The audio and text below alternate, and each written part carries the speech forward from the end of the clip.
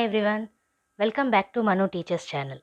So ఇవాల్టి క్లాస్లో psychology సబ్జెక్ట్కి సంబంధించిన 5th యూనిట్ అనేది కంటిన్యూ చేస్తున్నాము. ఆల్రెడీ 4 యూనిట్స్ అనేటివి మొత్తం వీడియోస్ అవైలబుల్ ఉన్నాయి. ప్రతి ఒక్క యూనిట్కి సపరేట్ ప్లేలిస్ట్ అనేది ఉంటుంది. ఆ ప్లేలిస్ట్లో మీకు యూనిట్కి సంబంధించిన మొత్తం వీడియోస్ మరియు యూనిట్కి సంబంధించిన నోట్స్ అనేది ఉంటుంది. సో ఒకసారి ఛానల్ని విజిట్ చేసి చూడండి. సో ఈ 5th యూనిట్ అనేది లాస్ట్ యూనిట్ మనకి సైకాలజీ సబ్జెక్ట్లో. అందులో 5.5 ఇవాల్టి క్లాస్లో నేర్చుకుంటున్నాం. ఓకే, B.Ed వాళ్ళకి సంబంధించిన సబ్జెక్ట్ ఇది. సో ఛానల్ని కొత్తగా విజిట్ చేసిన వాళ్ళు సబ్స్క్రైబ్ చేసేసుకోండి. మన ఛానల్లో ఫ్రీక్వెంట్గా వీడియోస్ అనేటివి అప్లోడ్ అవుతూనే ఉంటాయి. సో ఏ వీడియో కూడా మిస్ కాకుండా చూడాలంటే కనుక సబ్స్క్రైబ్ చేసేసుకొని పక్కనే ఉన్న బెల్ ఐకాన్ని ప్రెస్ చేయండి. So coming to today's class, మనకి రిసోర్సెస్ ఫర్ లెర్నింగ్. సో లెర్నింగ్కి సంబంధించిన రిసోర్సెస్, అందులో ఫస్ట్ది ఏంటి? Inquiry based learning. Okay, effective teaching is not a set of generic practice but instead is a set of context driven decisions about teaching. So effective teaching అనేది already ఉన్న generic ప్యాటర్న్స్ని follow అవ్వడము, practice చేయడము ఇది కాదు. It is about the కాంటెక్స్ట్కి సంబంధించిన decisions తీసుకోవడం అబౌట్ టీచింగ్ అనేది అంటున్నారు. ఓకే, సో నెక్స్ట్ చూసుకున్నట్టయితే effective teacher do not use the same set of practices for every lesson. So మనకు ఆల్రెడీ తెలుసు, ఎఫెక్టివ్ టీచింగ్ అనేది సేమ్ సెట్ ఆఫ్ ప్రాక్టీసెస్ కానప్పుడు ఎఫెక్టివ్ టీచర్ కూడా ప్రతి ఒక్క లెసన్కి same set of methods, same set of practices use చేయరు, అవునా? Instead what effective teachers do is constantly reflect about their work, observe whether students are learning or not and then adjust their practice accordingly.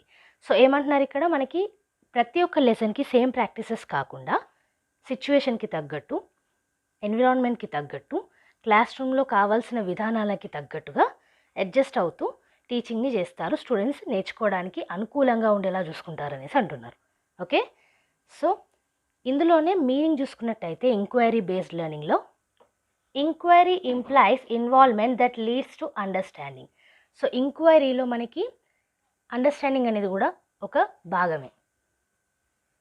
Involvement in learning implies possessing skills and attitudes that permit to seek revolutions to questions and issue while constructing new knowledge. So inquiry అంటే ఏంటి? Questions అడగడం. అది ఎప్పుడు అడుగుతాము? మనకి subject అనేది అర్థమైనప్పుడు, మనకి processing skills అనేటివి ఉన్నప్పుడు, కాంటెక్స్ని మనం అర్థం చేసుకున్నప్పుడు, అవునా?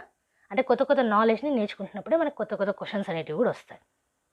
Enquiry is defined as a seeking for truth information or knowledge seeking information by questioning. So inquiry అంటేనే ఏంటి? మనకి అసలు నిజం ఏంటి అనేది తెలుసుకోవడం, లేదా నాలెడ్జ్ కోసం క్వశ్చనింగ్ ద్వారా ఇన్ఫర్మేషన్ని తీసుకోవడం. Okay, individual carry on the process of inquiry from the time they are born until they die. So మనకు ఆల్రెడీ తెలుసు, ఇంక్వైరీ అనేది పుట్టినప్పటి నుంచి చనిపోయే వరకు మనం చేస్తూనే ఉంటాం. క్వశ్చన్స్ అనేటివి అడుగుతూనే ఉంటాం, నాలెడ్జ్ అనేది తీసుకుంటూనే ఉంటాం. Okay, in traditional educational system students are less prone to ask questions. Traditional education system మీరు చూసుకున్నట్టయితే క్వశ్చన్స్ అడగడానికి అంత ఆస్కారం ఉండేది కాదు టీచర్ సెంటర్డ్ లెర్నింగ్లో. ఇప్పుడైతే డౌట్స్కి కానివ్వండి, క్వశ్చన్స్కి కానివ్వండి, ఇంక్వైరీ బేస్డ్ లెర్నింగ్కి కానివ్వండి ప్రాముఖ్యత ఇవ్వడం జరిగింది. Okay, students learn to ask too many questions instead to listen and repeat the expected answers. So ఇక్కడ ఏంటంటే స్టూడెంట్స్ ఎక్కువగా క్వశ్చన్స్ అడగొద్దు ట్రెడిషనల్ సిస్టంలో. ఓకే, ట్రెడిషనల్ ఎడ్యుకేషన్ సిస్టంలో.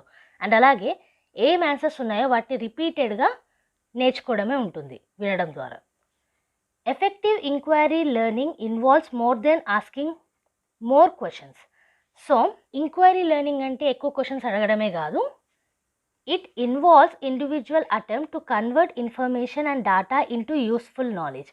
ఆ క్వశ్చన్స్ ద్వారా ఏదైతే ఇన్ఫర్మేషన్ మనం తీసుకుంటున్నామో దాన్ని యూస్ఫుల్ నాలెడ్జ్కి కన్వర్ట్ చేయడం కూడా మనకి ఇంక్వైరీ బేస్డ్ లెర్నింగ్ కిందకే వస్తుంది. Okay, useful application of inquiry learning involves several factors, A contacts for questions, a focus for questions and different level of questions. So మనకి ఇంక్వైరీ చేసినప్పుడు ఏదైతే నేర్చుకుంటున్నామో దాన్ని అప్లై చేయడానికి సెవరల్ ఫ్యాక్టర్స్ అనేటివి మనము కన్సిడర్ చేయాల్సి ఉంటుంది. అందులో ఏంటి? మీరు క్వశ్చన్స్ ఏ కాంటెక్స్లో అడుగుతున్నారు, మీ క్వశ్చన్స్ దేని మీద ఫోకస్ అవుతున్నాయి, ఎంత లెవెల్లో ఉన్నాయి క్వశ్చన్స్ అనేటివి, ఏ డిఫరెంట్ లెవెల్ ఆఫ్ క్వశ్చన్స్ అనేటివి అడుగుతున్నారు, ఇవన్నీ. ఓకే, సో నెక్స్ట్ చూసుకుంటే well designed inquiry learning produces knowledge formation that can be widely applied. So correct అయిన ఇంక్వైరీ లెర్నింగ్ జరిగిందనుకోండి, అక్కడ నాలెడ్జ్ ఫార్మేషన్ అనేది కరెక్ట్గా ఉంటుంది. Okay, the process of inquiry begins with gathering information and data through applying the human sense, seeing, hearing, touching, tasting and smelling. So human senses అంటే మనకి seeing ఉంటుంది, చూడడం, హియరింగ్ ఉంటుంది, వినడం, టచింగ్ ఉంటుంది, తాకడం, టేస్టింగ్ ఉంటుంది, రుచి చూడడం, స్మెల్లింగ్ ఉంటుంది, వాసన చూడడం. ఓకే, సో వీటి ద్వారా ఇన్ఫర్మేషన్ని గ్యాదర్ చేస్తాము, వాటిని అప్లై చేస్తాము. సో అక్కడే ఇంక్వైరీ అనేది బిగిన్ అవుతుంది. ఓకే, ప్రాసెస్ ఆఫ్ ఇంక్వైరీ అనేది బిగిన్ అవుతుంది. సో నెక్స్ట్ చూసుకున్నట్టయితే importance of inquiry based learning. Memorising facts and information is not the most important skill in today's world.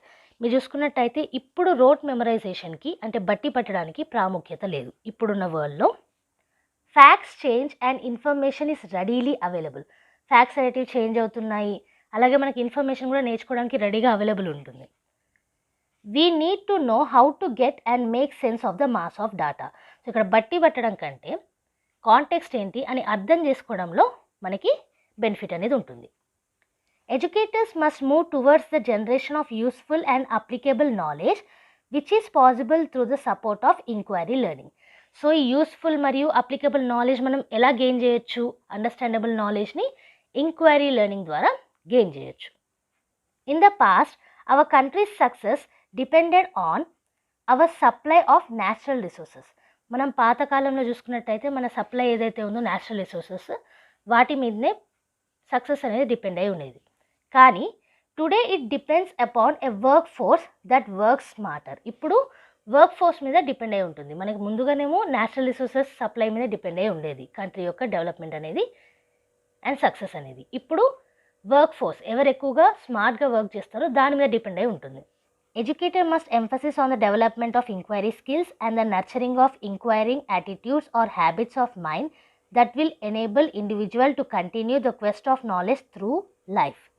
So ఈ నాలెడ్జ్ని నేర్చుకునే ప్రాసెస్ ఏదైతే ఉందో త్రూ అవుట్ లైఫ్, అది ఇంక్వైరీ స్కిల్స్ని నర్చర్ చేయడం ద్వారా, ఇంకెక్కువగా ఆ హ్యాబిట్స్ని డెవలప్ చేసుకోవడం ద్వారానే అవుతుందనేసి అంటున్నారు. ఓకే, సో ఇక్కడ మనకు అదే ఫిగర్ రూపంలో ఇచ్చారు చూడండి, జనరేటింగ్ నాలెడ్జ్ మరియు ట్రాన్స్మిటింగ్ నాలెడ్జ్. ఓకే, సో మనకి తెలిసిన నాలెడ్జ్ ట్రాన్స్మిట్ చేస్తాము, అలాగే తెలియని నాలెడ్జ్ అనేది జనరేట్ అవుతుంది.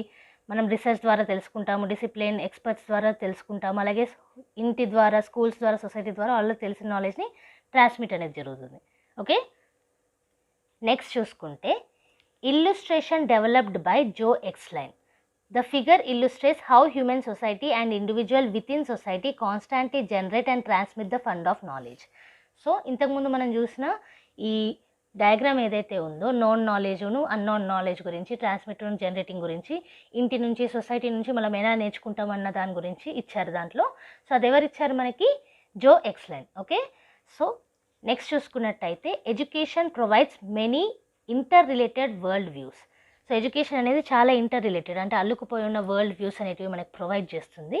అది చూసుకున్నట్టయితే చేంజ్ అనేది ఉంటుంది కంపల్సరీ, ఇంటర్ రిలేషన్స్ అల్లుకుపోయి ఉంటాయి రిలేషన్స్ అన్నీ కూడా, అండ్ ఆర్గనైజేషన్ మీరు చూసుకున్నట్టయితే ఇది మొత్తం కలిపి మనకి కాన్సెప్ట్ అబౌట్ ద వరల్డ్ అర్థమవుతుంది. ఓకే, అలాగే మీరు సైన్స్ కానివ్వండి, మ్యాథమెటిక్స్ కానివ్వండి, హిస్టరీ కానివ్వండి, రిలీజియన్ కానివ్వండి చూసుకుంటే అక్కడ నుంచి మనకి డాటా ఉన్న ఇన్ఫర్మేషన్ అనేది వస్తుంది, డిసిప్లిన్స్. ఓకే, నెక్స్ట్ చూసుకుంటే ఈ అబ్జర్వింగ్ స్కిల్స్ కానివ్వండి, ఇన్ఫరింగ్ స్కిల్స్ కానివ్వండి, మెజరింగ్ స్కిల్స్, రికార్డింగ్ చేయడం, అనలైజ్ చేయడం, ఇవాల్యుయేట్ కరెక్షన్ అనేది చేయడం, సింథసైజ్ చేయడం, ఇదంతా కూడా స్కిల్స్ ఫర్ ప్రాసెసింగ్ ఇన్ఫర్మేషన్ని ప్రాసెస్ చేసే స్కిల్స్. ఓకే, ఇంకా చూసుకుంటే వెరిఫికేషన్ కానివ్వండి, డాటా ఒపీనియన్స్ని రెస్పెక్ట్ చేయడం కానివ్వండి, మనకు వచ్చిన ఒపీనియన్స్ని రెస్పెక్ట్ ఇవ్వడం, అప్రిషియేట్ చేయడం, ఫెయిత్, బిలీఫ్ అనేది ఉండడం, ఇవన్నీ కూడా అప్రోచెస్కి గ్రౌండ్ రూల్స్ అవుతాయి. ఓకే, సో నెక్స్ట్ చూసుకుంటే teacher's role in an inquiry class is a facilitator of learning. So teacher's role ఎలా ఉంటుంది? ఎంక్వైరీ బేస్డ్ లెర్నింగ్లో ఫెసిలిటేటర్, హెల్పర్ లాగా ఉండాలి. ఓకే, గైడ్ చేయాలి. The teacher reflects on the purpose and makes plan for inquiry learning. So ఏది మనం objective fulfil చేయాలనుకుంటున్నామో దాన్ని తీసుకొని దాని ప్రకారంగా ఇంక్వైరీ లెర్నింగ్ని ప్లాన్ చేయొచ్చు. ఎవరు? Teachers. The teachers daily, weekly, monthly and yearly facilitation plan focus on setting content learning in a conceptual framework. So ఈ inquiry based లెర్నింగ్లో facilitation plan అనేది టీచర్ చేయాల్సి ఉంటుంది according to the purpose. Okay, అది daily కానివ్వండి, weekly కానివ్వండి, monthly కానివ్వండి, yearly కానివ్వండి. So content learning అనేది కాన్సెప్చువల్ ఫ్రేమ్వర్క్ అనేది చేయాల్సి ఉంటుంది. They also stress skill development and model and nurture the development of the habits of mind. So teachers వీటితో పాటుగా, ఈ ఫెసిలిటేషన్ ప్లాన్తో పాటుగా మన హ్యాబిట్స్ ఆఫ్ మైండ్ని నర్చర్ చేయడము, కేర్ తీసుకోవడము, అలాగే స్ట్రెస్ స్కిల్ని డెవలప్ చేయడము, వీటి మీద కూడా ఫోకస్ అనేది చేయాలి. ఇంకా చూసుకుంటే he ask question encourages divergent thinking that leads to more questions. So teacher ఇక్కడ క్వశ్చన్స్ అడగొచ్చు. ఓకే, అలాగే ఇక్కడ ఎలాంటి క్వశ్చన్స్ తీసుకురావాలంటే డైవర్జెంట్ థింకింగ్ని ఎంకరేజ్ చేసేలా ఉండాలి. అంటే ఒక్క క్వశ్చన్ మీరు అడిగారనుకోండి, దాన్ని డిఫరెంట్ వేస్లో పిల్లలు ఆలోచింపజేసేలా ఉండాలి. దాని ద్వారా ఇంకా మల్టిపుల్ క్వశ్చన్స్ అనేటివి కూడా వస్తాయి. Okay, teacher constantly alert to learning obstacles and guides learners when necessary. So ఇక్కడ టీచర్ ఏం చేయాలి, లెర్నింగ్ ఆబ్స్టకల్స్ అంటే అడ్డంకులు ఏమైనా ఉన్నాయా నేర్చుకోవడానికి అనేది చూస్తూ ఉండాలి. దాంతోపాటుగా పిల్లలకు అవసరమైనప్పుడు గైడ్ చేయాలి. Teacher make student assessment ongoing part of facilitation of learning process. So students యొక్క అసెస్మెంట్ కూడా ఈ ఫెసిలిటేషన్ ప్రాసెస్లో భాగమే. Okay, ultimately the importance of inquiry learning is that student learning how to continue learning.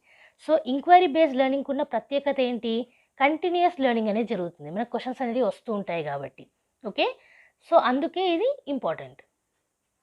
Next ఇప్పుడు enquiry based లెర్నింగ్కి సంబంధించి benefits అంటే advantages గురించి చూద్దాం. Help inter relating changes in the human designed world can add new perspectives to important natural process. So మనకు already తెలుసు, అల్లుకుపోయి ఉంటుంది world మనకి. So అందులో ఉన్న చేంజెస్ అనేటివి మనకి తెలిసేలా చేస్తుంది ఈ ఇంక్వైరీ బేస్డ్ లెర్నింగ్ అనేది. అలాగే కొత్త కొత్త పర్స్పెక్టివ్స్ అనేటివి చూస్తాం మనం న్యాచురల్ రిసోర్సెస్ మీద. ఓకే, న్యాచురల్ ప్రాసెస్ మీద కూడా కొత్త పాయింట్ ఆఫ్ వ్యూ అనేది వస్తుంది మనకి ఇంక్వైరీ బేస్డ్ లెర్నింగ్ వల్ల. నెక్స్ట్ చూసుకుంటే help in the development of habits of mind that can last a lifetime and guide learning and creative thinking. So నేర్చుకోవడానికి, creative థింకింగ్కి, హ్యాబిట్స్ ఆఫ్ ద మైండ్ కరెక్ట్గా develop అవ్వడానికి, అలాగే mind correct అయిన పదును పెట్టడానికి కూడా ఈ ఇంక్వైరీ బేస్డ్ లెర్నింగ్ అనేది హెల్ప్ అవుతుంది. Enquiry based learning help making interrelationships between various concepts. Different concepts మధ్యలో ఇంటర్ రిలేషన్షిప్స్ని కూడా పెంపొందిస్తుంది. Okay, students who actively make observation, collect, analyse and synthesise information and draw conclusions are developing useful problem solving skills. ఇంతకుముందే చూసాము, ఇన్ఫర్మేషన్ని process చేసే skill మనకి అబ్జర్వింగ్ ద్వారా, మెజరింగ్ ద్వారా, రికార్డింగ్ ద్వారా, అనలైజింగ్ ద్వారా, ఇవాల్యుయేటింగ్ ద్వారా, సింథసైజింగ్ ద్వారా వస్తుంది. సో దాని ద్వారా ప్రాబ్లమ్ సాల్వింగ్ స్కిల్స్ అనేవి కూడా మనం నేర్చుకుంటాం కాబట్టి inquiry based learning is important. So next ఇప్పుడు problem solving approaches in learning గురించి చూద్దాం. Problem solving approach is to achieve high order outcomes, identifies and provides for students in advance all the steps required to solve a particular problem. So problem solving approach అంటే ఏంటి, ఉన్న ప్రాబ్లమ్ని solve చేసే method and steps అనమాట, అంతే. Okay, so next చూసుకున్నట్టయితే it is therefore less open ended than the inquiry approach in which the steps to a task are explored and discovered through student inquiry. So problem solving అప్రోచ్లో మనం step by step already required steps ముందుగానే చూసుకొని ప్రాబ్లమ్ని solve చేస్తాం, అవునా. అదే enquiry అప్రోచ్లో ఏంటి, మనం ఆ స్టెప్స్ అనేటివి ప్రాసెస్లో ఇంక్వైరీ ద్వారా, క్వశ్చన్స్ అడగడం ద్వారా డిస్కవర్ చేస్తూ వెళ్తాం. ఓకే, సో అందుకే ఇక్కడ ఏమంటున్నారంటే ప్రాబ్లమ్ సాల్వింగ్ ఓపెన్ ఎండెడే, అలాగే ఇంక్వైరీ బేస్డ్ కూడా ఓపెన్ ఎండెడే. కానీ కంపేర్ చేసుకుంటే ఇంక్వైరీ బేస్డ్ అనేది ప్రాబ్లమ్ సాల్వింగ్ కంటే ఎక్కువ open ended. Okay, the problem solving approach to teaching and learning has evolved from theories of John Dewey and constructive theories. So ఈ ప్రాబ్లమ్ సాల్వింగ్ అప్రోచ్ అనేది మనకి John Dewey గారి theories నుంచి, constructivist theories నుంచి తీసుకొచ్చారనమాట. Okay, it has been used especially in agricultural education as a way to relate class room learning to real life situation or problems. So ఈ problem solving approach అనేది agriculture ఎడ్యుకేషన్కి relate అయి ఉంటుంది. So క్లాస్ రూమ్ని real life situations తోటి connect చేస్తూ చేయాల్సి ఉంటుంది ప్రాబ్లమ్ సాల్వింగ్ అప్రోచ్ అనేది. Okay, problem solving approach is a student centered pedagogy in which students learn a subject through experience of solving an open ended problem. So problem solving approach అంటే ఏంటి, మనకి subject centred కిందకు వస్తుంది. ఇక్కడ open ended ప్రాబ్లమ్స్ని solve చేయడం ద్వారా నేర్చుకుంటాం. Okay, students learn both thinking strategies and domain knowledge. ఇక్కడ స్ట్రాటజీస్ గురించి ఆలోచిస్తారు, అలాగే నాలెడ్జ్ని గెయిన్ చేయడం గురించి కూడా ఆలోచిస్తారు. The goal of problem-based learning is to help students develop flexible knowledge, effective problem-solving skills, self-directed learning, effective collaboration skills and intrinsic motivation. So ఈ ప్రాబ్లమ్ సాల్వింగ్ అప్రోచ్ యొక్క గోల్ ఏంటి? మనకి నాలెడ్జ్ని ఫ్లెక్సిబుల్గా నేర్చుకోవడం, అంటే చేంజబుల్ నాలెడ్జ్ని కూడా నేర్చుకోవడము, ప్రాబ్లమ్ సాల్వింగ్ స్కిల్స్ ద్వారా ఎలా నాలెడ్జ్ని గెయిన్ చేయాలని నేర్చుకోవడం, అలాగే సెల్ఫ్ డైరెక్టెడ్ లెర్నింగ్ అంటే మనంతట మనమే నేర్చుకోవడం, అండ్ కొలాబరేషన్ స్కిల్స్ అనేటివి డెవలప్ చేసుకోవడం, అండ్ మనలో మనకి ఇంట్రిన్సిక్ మోటివేషన్ అనేది ఉంటుంది, అంటే మనల్ని మనం మోటివేట్ చేయడం, ఇవన్నీ కూడా డెవలప్ అవుతాయి. Problem solving learning is a style of active learning. So John Dewey garu మనకి ఏం థియరీ ఇచ్చారు? లెర్నింగ్ బై డూయింగ్, అంటే చేయడం ద్వారా నేర్చుకోవడం. సో ఇక్కడ కూడా ప్రాబ్లమ్ సాల్వింగ్ అనేది ఆయన థియరీ మీద కూడా బేస్ అయి ఉంది కాబట్టి, అండ్ అలాగే కన్స్ట్రక్టివిస్ట్ థియరీ ఏంటి? మన నాలెడ్జ్ని మనమే కన్స్ట్రక్ట్ చేసుకోవడం. ఇక్కడ రెండిట్లో కూడా యాక్టివ్గా లెర్నర్స్ పార్టిసిపేట్ చేస్తారు, అందుకే ప్రాబ్లమ్ సాల్వింగ్ కూడా యాక్టివ్ లెర్నింగ్ స్టైల్ కిందకు వస్తుంది. Working in group students identify what they already know, what they need to know, and how and way to access new information that may lead to the resolution of the problem of the teacher is to facilitate learning by supporting and monitoring the learning process. So ఏమంటున్నారు ఇక్కడ? గ్రూప్స్లో ఉన్నప్పుడు students వాళ్ళు ఎంత నేర్చుకున్నారు, ఏది ఇంకా నేర్చుకోవాలి, ఎక్కడ ఆ ఇన్ఫర్మేషన్ని వాళ్ళు తీసుకోగలుగుతారు, వీటన్నిటిని కూడా యాజ్ ఎ టీచర్ మనం సపోర్ట్ చేయాలి, ఫెసిలిటేట్ చేయాలి, అలాగే పిల్లల యొక్క లెర్నింగ్ ప్రాసెస్ని మానిటర్ చేయాలి. ఎందులో? ప్రాబ్లమ్ సాల్వింగ్ అప్రోచ్లో. Okay, the teacher must build confidence in the learner to take on the problem and encourage the students to solve it. So teacher పిల్లల్లో కాన్ఫిడెన్స్ అనేది తీసుకురావాలి, మీరు ప్రాబ్లమ్స్ తీసుకొని సాల్వ్ చేయగలరు అనేసి.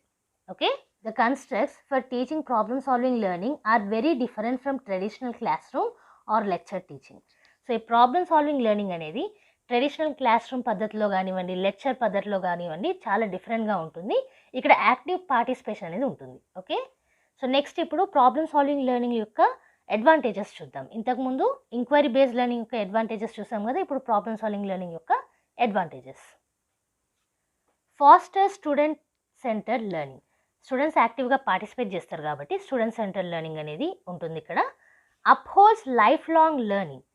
మనకి ప్రాబ్లమ్ సాల్వింగ్ అంటే ప్రాబ్లమ్స్ వస్తూనే ఉంటాయి, సాల్వ్ చేస్తూనే ఉంటాం, లైఫ్ లాంగ్ లెర్నింగ్ అనేది జరుగుతూనే ఉంటుంది. Prominence on comprehension not facts. అర్థం చేసుకోవడం మీద ఎక్కువగా ఇంపార్టెన్స్ అనేది ఉంటుంది, ఫ్యాక్ట్స్ మీద కాదు. Okay, in depth learning and constructivist approach. మనకు ఆల్రెడీ తెలుసు ప్రాబ్లమ్ సాల్వింగ్ ద్వారా మనం ఇన్ డెప్త్గా థింక్ చేయాల్సి ఉంటుంది. ఓకే, అలాగే మన నాలెడ్జ్ మనమే కన్స్ట్రక్ట్ చేసుకుంటాం ఇక్కడ. Augments self learning. సో మన లెర్నింగ్ మనమే చేసుకోవాలన్న ఒక థాట్ని తీసుకొస్తుంది. Better understanding and adaptness. So ఎక్కువగా అర్థం చేసుకోవడము, దాన్ని అడాప్ట్ చేయడము, ఇలాంటివి జరుగుతాయి. Reinforce interpersonal skills and team work. So మనలో ఉన్న పర్సనల్ స్కిల్స్ కానివ్వండి, టీమ్ వర్క్ కానివ్వండి, అండ్ అలాగే ఇతరులతోటి మన కోఆపరేషన్ కానివ్వండి పెరుగుతుంది. Self motivated attitude. మనంతటా మనమే ఇంట్రిన్సిక్ మోటివేషన్ అనేది ఉంటుందన్నమాట. Okay, enriches the teacher student relationship. Teacher మరియు స్టూడెంట్ యొక్క రిలేషన్షిప్ కూడా డెవలప్ అవుతుంది. Higher level of learning. Problem solving అంటేనే హయ్యర్ లెవెల్ ఆఫ్ లెర్నింగ్ అనేది ఉంటుంది. ఓకే, సో అడ్వాంటేజెస్ చూసాము. ఇప్పుడు డిసడ్వాంటేజెస్ చూసుకున్నట్టయితే ప్రాబ్లమ్ సాల్వింగ్ స్కిల్స్ అనేటివి పెరుగుతాయి కరెక్టే, కానీ time consuming and takes way study time from other subjects. Problem solving వల్ల టైం ఎక్కువగా తీసుకుంటుంది, అలాగే మిగతా సబ్జెక్ట్స్ని నేర్చుకోవడంలో టైం ఉండకపోవచ్చు. ప్రియార్ learning experiences do not prepare students well for problem solving learning. Problem solving learning అంటే మనకి ముందుగానే తెలిసి ఉండాలి, కానీ మన ఎక్స్పీరియన్సెస్ అంతగా మనకి హెల్ప్ చేయనమాట. అంటే మనకు కావాల్సినంత ఇన్ఫర్మేషన్ కానివ్వండి, ఎలా చేయాలి ప్రాబ్లమ్ సాల్వింగ్ అనేది కానివ్వండి ఎక్కువగా తెలియదు. Okay, create anxiety among students. కొందరికి భయం కానివ్వండి, యాంగ్జైటీ కానివ్వండి అవ్వచ్చు ప్రాబ్లమ్ సాల్వ్ చేయాలంటే. Less content knowledge may be learn. So problem solving వల్ల ప్రాబ్లమ్ అనేది సాల్వ్ అవుతుంది, కానీ కంటెంట్ నాలెడ్జ్ అనేది ఎక్కువగా రాకపోవచ్చు. Group dynamics issues may require faculty interventions. So ఇక్కడ ప్రాబ్లమ్ సాల్వింగ్లో గ్రూప్ డైనమిక్స్ మధ్యలో కూడా ప్రాబ్లమ్స్ అనేటివి రావచ్చు. ఓకే, సో నెక్స్ట్ చూసుకున్నట్టయితే ఈ ప్రాబ్లమ్ సాల్వింగ్ అనేది 3 బేసిక్ ఫంక్షన్స్ని ఇన్వాల్వ్ అయి ఉంటుంది. అదేంటంటే సీకింగ్ ఇన్ఫర్మేషన్, ఇన్ఫర్మేషన్ని అడగడము, సీక్ చేయడము. జనరేటింగ్ న్యూ నాలెడ్జ్, కొత్త నాలెడ్జ్ని జనరేట్ చేయడం. అలాగే మేకింగ్ డెసిషన్స్ తీసుకోవడం. ఓకే, వీటి గురించి నెక్స్ట్ క్లాస్లో ఫర్దర్గా నేర్చుకుందాము. సో ఇది ఇవాల్టి క్లాస్లో సైకాలజీ అనే సబ్జెక్ట్లో 5.5 అనేది స్టార్ట్ చేశాము. ఇందులో ఎంక్వైరీ బేస్డ్ లెర్నింగ్ గురించి చూసాము. దాని యొక్క ఇంపార్టెన్స్ ఏంటి, మీనింగ్ ఏంటి, అడ్వాంటేజెస్ ఏంటి అనేది చూసాం. దాంతోపాటుగా ప్రాబ్లమ్ సాల్వింగ్ గురించి కూడా చూసాం. ఓకే, సో దాని యొక్క ఇంపార్టెన్స్ ఏంటి, అడ్వాంటేజెస్ ఏంటి, డిసడ్వాంటేజెస్ ఏంటి అనేది నెక్స్ట్ క్లాస్లో ఇదే టాపిక్ని కంటిన్యూ చేద్దాము. సో ఈ క్లాస్ మీకు నచ్చినట్టయితే లైక్ చేయకుండా మాత్రం వెళ్ళకండి. మీకు ఫ్రీ నోట్స్ అనేది కూడా కింద అవైలబుల్ ఉంటుంది డిస్క్రిప్షన్ బాక్స్లో అండ్ కామెంట్ సెక్షన్లో పీడిఎఫ్ రూపంలో. అక్కడ నుంచి ఫ్రీగా డౌన్లోడ్ చేసుకోవచ్చు. సో ఈ నోట్స్ కోసం మన వీడియోని లైక్ చేయండి. చాలామంది వస్తున్నారు, చూస్తున్నారు, కంటెంట్ని తీసుకుంటున్నారు, పీడిఎఫ్ని డౌన్లోడ్ చేస్తున్నారు, కానీ సబ్స్క్రైబ్ చేయట్లేదు, లైక్ చేయట్లేదు. రెండు ఫ్రీనే కదండి. మీరు సబ్స్క్రిప్షన్ కానివ్వండి, లైక్ కానివ్వండి చేసేస్తే మాకు కూడా ఎంకరేజింగ్గా ఉంటుంది మంచి మంచి వీడియోస్ అనేటివి తీసుకురావడానికి. మన ఛానల్లో every Tuesday and Friday regular videos అనేవి అప్లోడ్ చేస్తాము. So weekly 2 videos is compulsory. Bonus videos ఎప్పుడైనా రావచ్చు వీక్లో. ఏ వీడియో కూడా మిస్ కాకుండా చూడాలంటే సింపుల్గా మీరు చేయాల్సిందల్లా సబ్స్క్రిప్షన్ అండ్ పక్కనే ఉన్న బెల్ ఐకాన్. ఓకే, కామెంట్ సెక్షన్లో మీ ఫీడ్బ్యాక్ అనేది ఇవ్వచ్చు, సజెషన్స్ అనేది ఇవ్వచ్చు. మేము ఎంతగా వీలైతే అంతవరకు వీడియోస్ అనేటివి తీసుకొస్తూనే ఉంటాము. So like, share and subscribe. And next వీడియోతో మళ్ళీ కలుద్దాం. అంతవరకు eat, sleep, learn and repeat. And thank you for watching. Bye bye.